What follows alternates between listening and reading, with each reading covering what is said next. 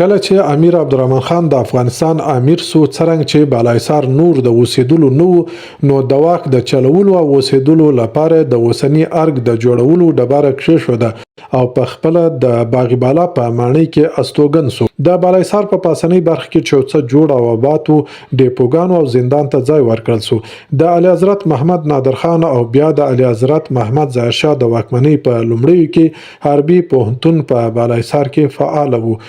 د بالاحصار پاسنۍ برخه تر اوسه هم ویجاړه ده. حکومت په 2008 میلادي کال کې د حمید کرزي د واکمنۍ پر مهال د بالاحصار د بشپړه ترمیم خبر ورکړ، خو د محمد اشرف غني د واکمنۍ پر مهال د آغا خان بنسټ د فرهنګي خدمتونو له رئیس سره د کابل د بالاحصار د بیا رغونې هوکړلیک لاسلیک سو. د همدې هوکړلیک پر اساس د آغا خان بنسټ لخوا د کابل بالاحصار د بیا رغونې کار پیل سو.